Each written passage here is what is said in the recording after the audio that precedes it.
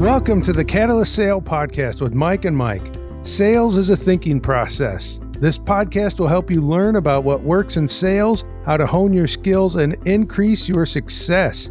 I am your host, Jody Mayberry, and we are continuing our focus on the Catalyst Sale process. This is the last step, the confirmation step. Once the business is won and the deal is closed, Mike and Mike, tell us what happens next.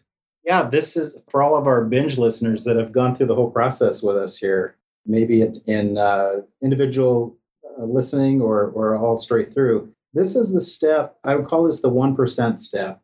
And the reason I call it that is because if you really want to be different from 99% of the other enterprise sales reps that are out there, you'll really embrace this as something you should always do. And I know in some cases, the way sales teams are structured today, you may not have technically have responsibility for the account or the relationship once it's sold. It might get handed off to an account manager or a success manager or whatever you want to call that person. But there's something that goes beyond that. And I think it's something that I actually, as a buyer, experience so infrequently that I could probably count the number of times this has happened in the last 10 years, maybe twice, maybe 3 times. So when I say 99%, obviously that's what I'm trying to illustrate here is this is how infrequently this happens. And it's a very simple step. It's not just calling somebody and saying, thank you for your business. It's not just about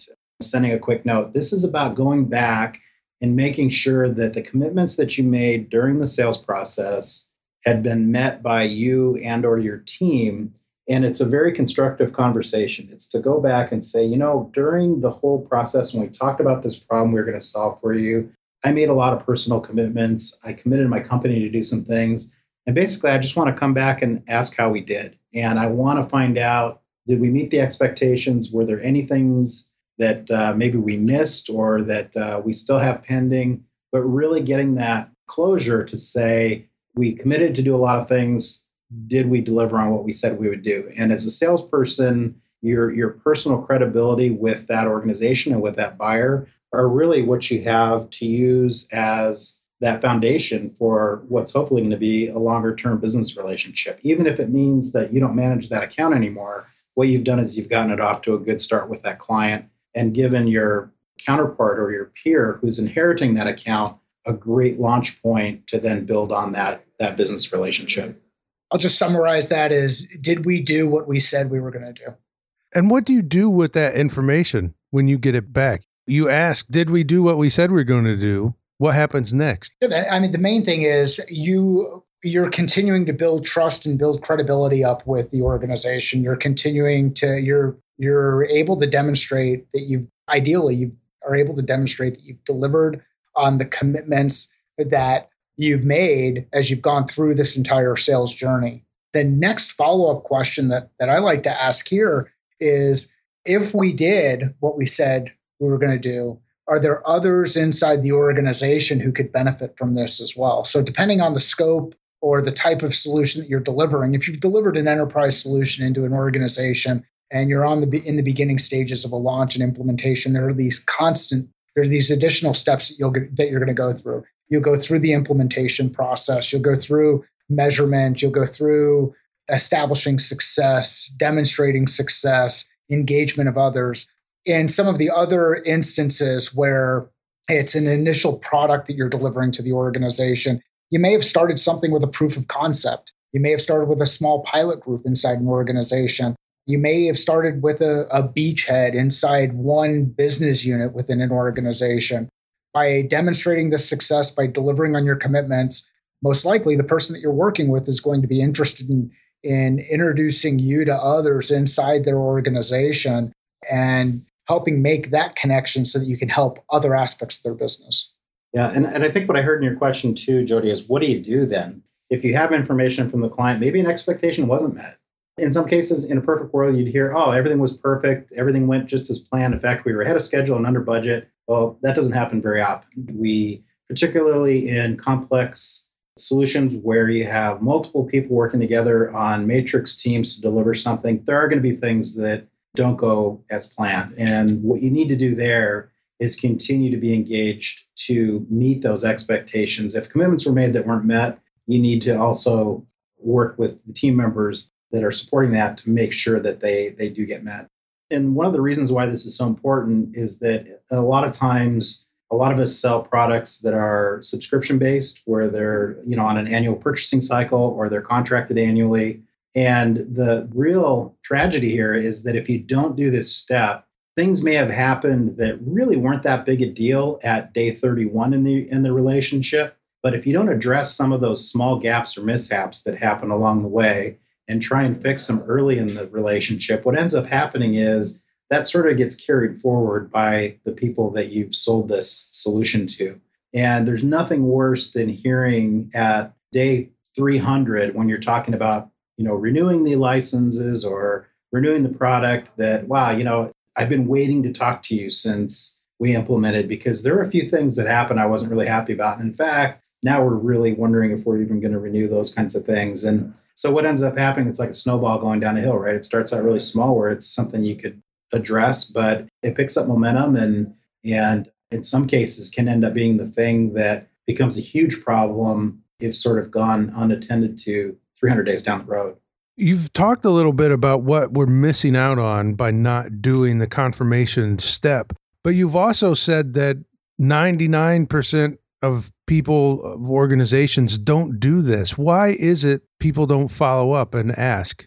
It's a great question, Jody. And I think if we could, it's something we instill in our teams. And for whatever reason, I think we get this mentality that, okay, the deal's done and they're up and running, so everything must be great. I'm really busy. My buyer's really busy. We didn't have time to connect, whatever the case might be. In some cases, it's the way your teams are structured. If you have that hard handoff where it goes from an account executive that's responsible for generating new business and an account manager that's responsible for the renewal the next year, there's a process divide there that happens where just the way people are incented and the way people are measured, they don't think about the bigger picture consequences, and they only think about what they're responsible for in their role.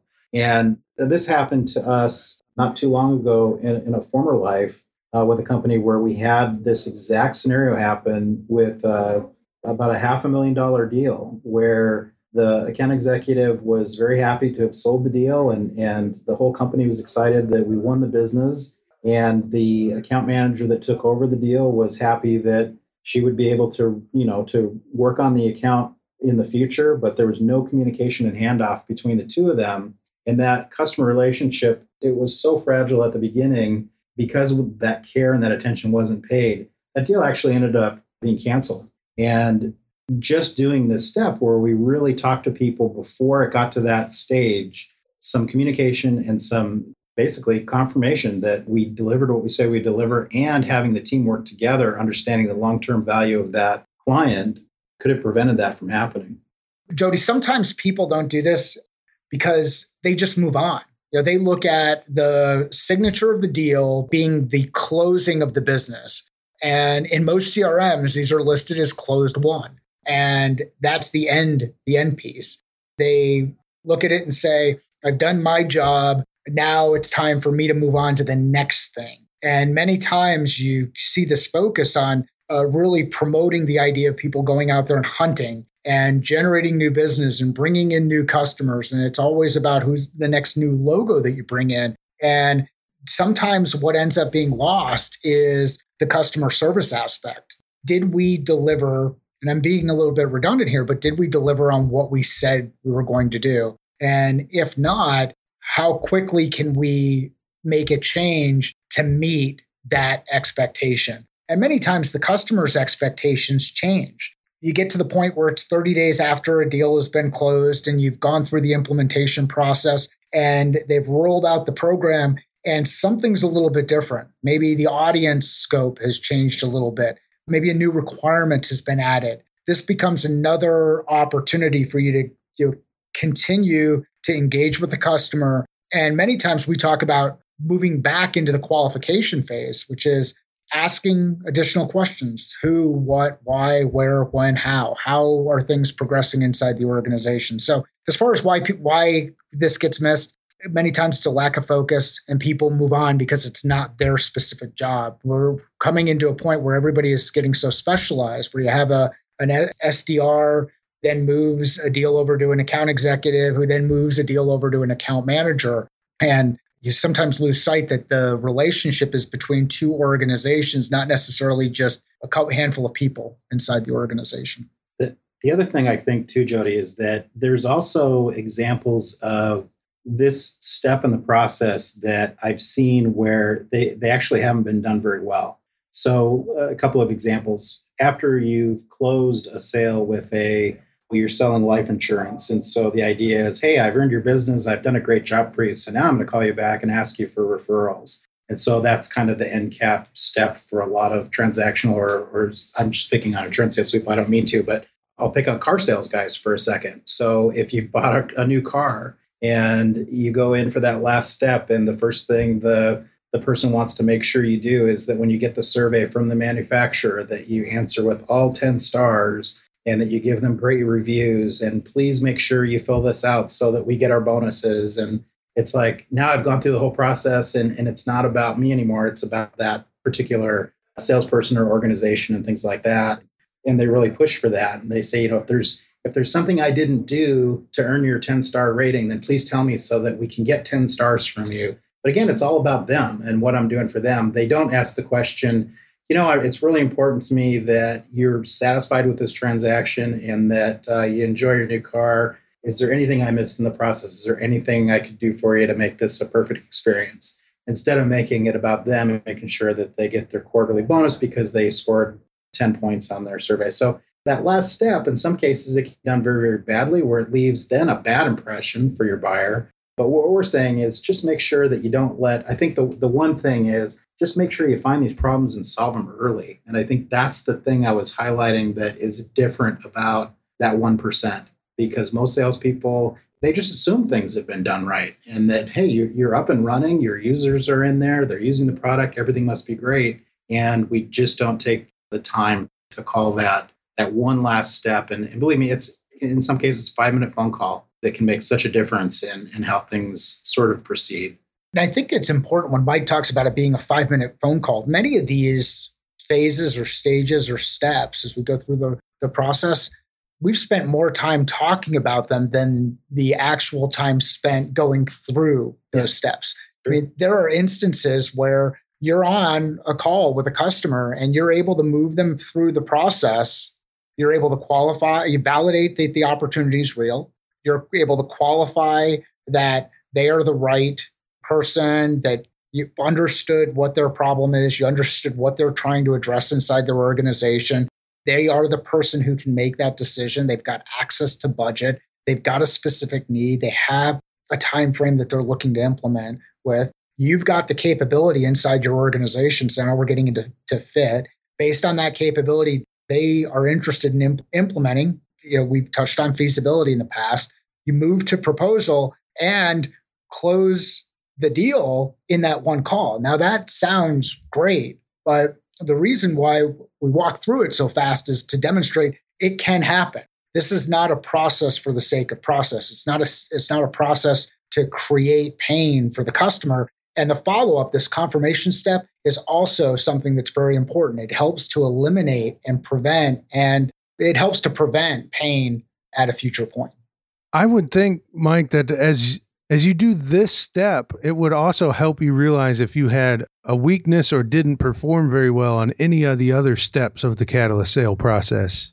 Yeah. Definitely. Yeah, I would totally agree with that, because it will highlight either you've made an assumption somewhere along the way or you just didn't ask the question. And that's why we say you can have the discussions and do it in a way where you're thinking about what you're doing. That's why we call it a thinking sales process, because process steps in themselves are not checkboxes where you have to go through this rote routine every time you talk to somebody, but it's thinking about how you're moving a conversation forward, how you're connecting the right people to make things happen. And what you find out at the end is there usually is a place, and maybe there is a certain area where you fall down consistently in your organization. It's a great way to have that feedback loop to people both internally that you're working with or your support teams to say, and some people call these postmortems, and they focus on, deals they lost to say, hey, let's do a postmortem and find out where we screwed up. But I think you can also learn from deals where you won the deal, but you can still learn from that as well. And it might just be nuanced things that you can improve.